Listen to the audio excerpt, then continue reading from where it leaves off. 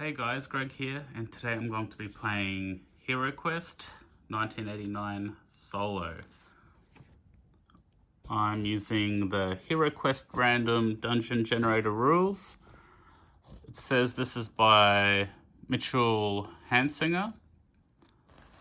The quest table, which I'm going to use first, is by Cornext. And some tweaks. This whole document is some tweaks by, I think it's pronounced Gionis. And I found this on the Board Game Geek game page. I'll put a link in the description below.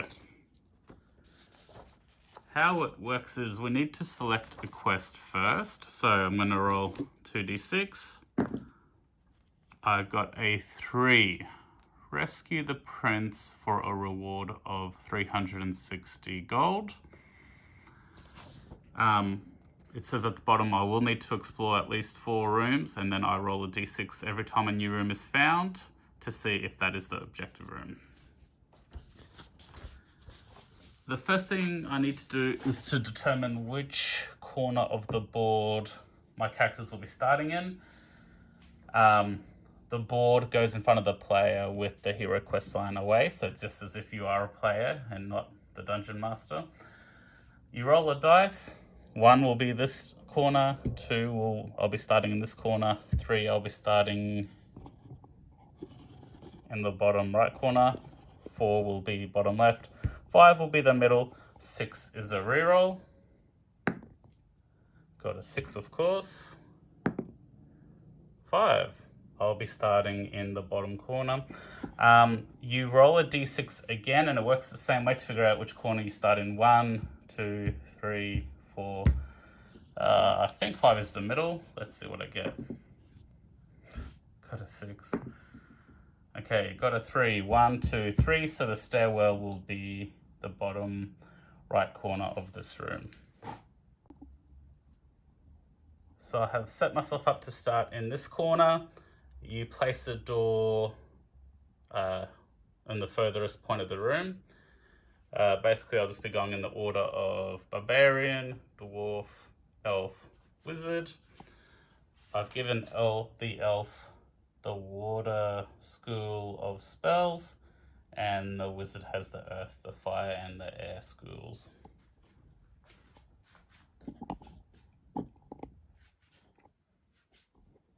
Alright, so Dwarf gets started. I'll roll movement dice. Get a 5. Dwarf is going to move up 1, 2, 3, 4, and he's going to search the room. I am going to be using tokens to show that I have searched. So I've just got these little wooden cubes.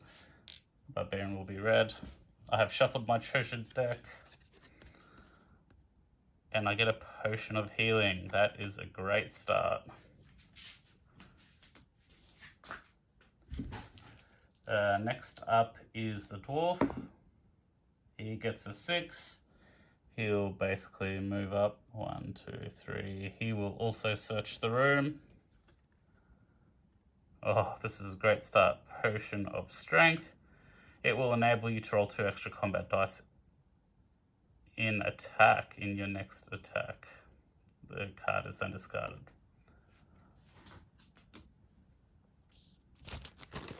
Pretty good start so far. Next up is the elf. Rolled a 7, but he's just going to move up and do the same. Search the room for treasure. There we go, Wandering Monster. As you're busy searching, a monster stalks up to you and attacks. The evil wizard player may place the wandering monster shown in the quest book for this adventure in any square next to you.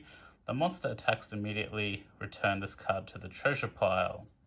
So I'll put it back in the treasure pile and give that a shuffle first of all. Because I'm not running a book quest, I will be rolling and seeing what random wandering monster we get. I'm rolling 2d6s for the total of 5, which is a zombie. So I'll just go grab a zombie and I'll be back. The zombie attacks the elf. It rolls 2 attack dice. No skulls. That's unfortunate. It is the wizard's turn. Let's just roll his movement dice. 7. I think he's going to move up and try and attack. The wizard throws 1 combat dice. No skulls, so the wizard misses. What an embarrassing first turn for the wizard. It is Zargon's turn. We do have a monster on the board, a zombie. Zombie will just attack the elf that it attacked before, rolling 2 dice. Let's see if we get any. No skulls. This is a great start. Yeah, new round. Barbarian is up. Gets a 5. He can't attack the zombie because he's diagonal, so he's going to take 1 step forward. And that triggers the line of sight mechanics. Basically, for each room along this corridor, I will roll a dice. I'll roll a dice for the doors.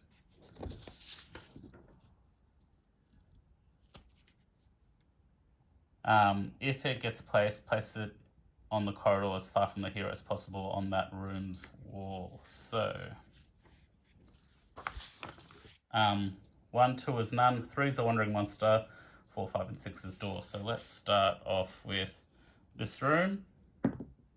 Got a 3, that's going to be a wandering monster. This room here, got a 5, so it's got a door. This room here, got a 6. So those last 2 rooms have doors. Just going to roll to see what the wandering monster is. And 8 is a goblin. So I'll get that set up and I'll be back.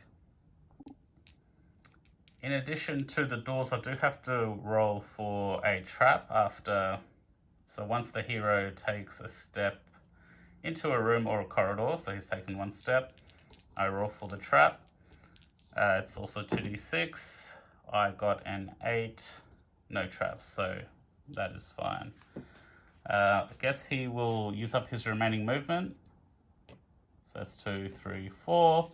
And he will take a swing at the goblin. The barbarian rolls 3 attack dice. And he's gotten 2 skulls. The goblin, let me just check. They do defend. No, he defends with 1 dice. That won't be enough to block it. So that will eliminate him. Dwarf is next. Dwarf will turn around and attack this zombie, rolling 2 dice. Gets 1 skull. Zombie defends with 3 dice. So my house rule is it's got to roll in the dice tray. If it bounces out, that's a reroll. So that 1 skull is enough to take him out. He did not roll any monster shields. That takes out that zombie. I'll roll for movement. Got a 7. Dwarf will head out. 1, 2, 3, 4, 5, 6, 7. Gets to this corridor, so I've got to roll for those rooms that I haven't rolled for yet. So let's roll for this one. There's going to be a door there. This room here is going to be a wandering monster. This room here has no door. I'll set that up and I'll be back. I have set up the door and I rolled for the wandering monster. I got a mummy, so we have spawned a mummy. That was the end of the dwarves' movement. Next up is the elf, so I'll just roll movement. It's a 5. 1, 2, 3, 4, and he's just going to have to stop behind there. Wizard is next. He's been left by himself. He hasn't searched that room yet. I might search that room. So, drawing a treasure card. Oh no. Got a wandering monster.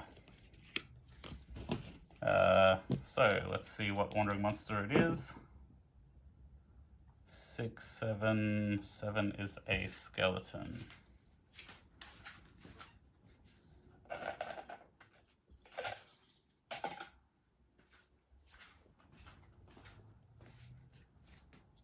So a skeleton pops out and attacks him. Skeletons roll 2 attack dice. Got 1 skull. Now the wizard defends with 2 dice. He rolled 2 skulls, so he did not defend anything. We have our first wound of the game. Wizard takes 1 damage. I'm just reshuffling these cards before I take the treasure cards, before I take Zargon's turn. Alright. Zargon has 2 monsters on the board, so Skeleton will attack the wizard again. Rolling 2 dice. Got 1 skull. Wizard is going to defend with 2 dice. He rolled 2 skulls again. He has taken another damage. He is half of his starting health of 4. This is not good. Okay, that mummy. Let's have a look how much mummies can move. 1, 2, 3, 4. I spawned him there because when doors spawn, they spawn the furthest point away along the wall. So I thought it'd be fair that the monster would spawn in a similar position. There was actually nothing in the rules about where that wandering monster did actually spawn. Okay, so the mummy doesn't quite get to the dwarf. New round, barbarian is up first. Gets 5 on his movement die. 1, 2, 3, 4, 5. I think he's actually gonna 1, 2, 3. He's gonna move up here and he's gonna wait and see what the dwarf does. Alright, dwarf's turn. 7. Yeah, I think the dwarf will run up. 1, 2, 3, and attack. Dwarf rolls 2 attack dice. He's gotten 1 skull. The mummy defends with 4 dice. Ooh.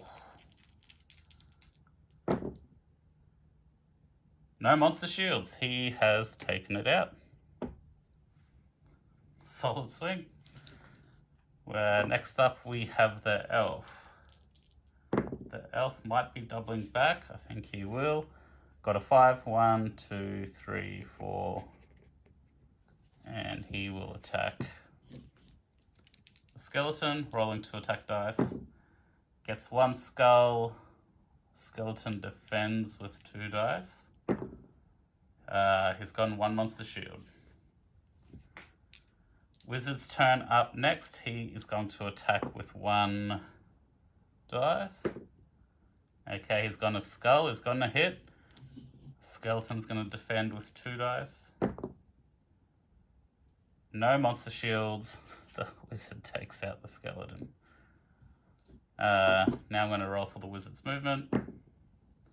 Get a 7. So he's going to get out of here. Start exploring. 1, 2, 3, 4, 5, 6, 7.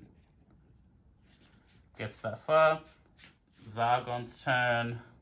Nothing on the board. Next round. Barbarian rolls for movement. 7. 1, 2, 3. He's going to open that door and see what's inside. So when we open the door,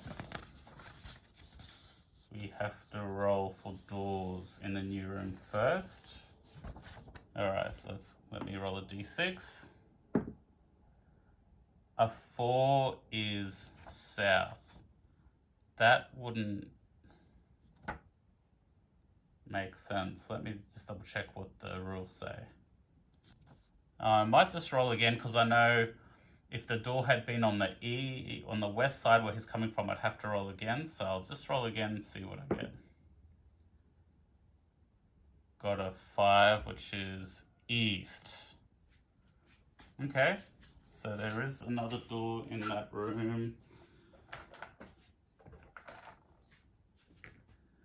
Heading to this room, and he's opened that one. I roll 2d6 for the furniture. I got a 7, which is a table. There wasn't really many rules for placement, so I might just go with the rule. I get to put it wherever I want. And monsters, so I roll a d6. 3 to 4 is no monsters, any other number is monsters. Got a 6, so there are monsters in here. Let me roll for the type of monster. 4. I forgot to roll for the number of monsters as well, so let me do that now. I'll roll a 2d6. I rolled a 9, which is 4 monsters. That room is going to be tight. Hey, so I did end up losing about an hour of footage. I've been filming on an iPhone, so I learnt a really big lesson. Break the filming up into smaller videos. If you lose one file, at least that's a small part rather than an hour's worth of footage. I'm not going to replay it all again. I'm just going to go over what happened. So this room spawned a table with a few familiar. The door led into this room here. Interesting, looks like I forgot to roll on furniture. And I can't remember what enemy was in there. After that, I ended up coming around this way. The rules describe this as an altar. I think they were talking about the sorcerer's desk. There was 3 or 4 orcs in this room. Then I came down this way into this room. The room spawned with a weapons rack. There was a weapon rack in the room, and again there was about 3 or 4 familiar. Came down to this room here. It generated a torture table, and it was the objective room. So the prince was actually in the room with the torture table, and there were 5 goblins, which the base game of Heroquest did actually have 5 goblin miniatures. I defeated them easily enough. Probably the funny thing was the dwarf ended up on a trap, and so did the wizard as they were searching the room. I've already started to clear the tokens. So I rescued the prince. At this point, there was no point playing through getting the prince back to the start, because unless I was keen to open up new rooms, no threats would generate, so I just decided to call it there. For rescuing the prince, the party would have gone 360 gold, and I will decide at a future time how to spend that money. So I really like the system. It is nice and simple. The one thing I forgot to do properly, or besides traps, I would constantly forget to roll for traps. There was a treasure table that you were meant to roll on. It was a d6, 1 was nothing, 2 was secret door, 3 was 10 gold pieces, 4 was a wandering monster, 5 was nothing, 6 was pick a treasure card. That's something I'd like to do properly next time I play. So it's a really good system. I highly recommend it, and hopefully there'll be another episode to follow. Thanks for watching.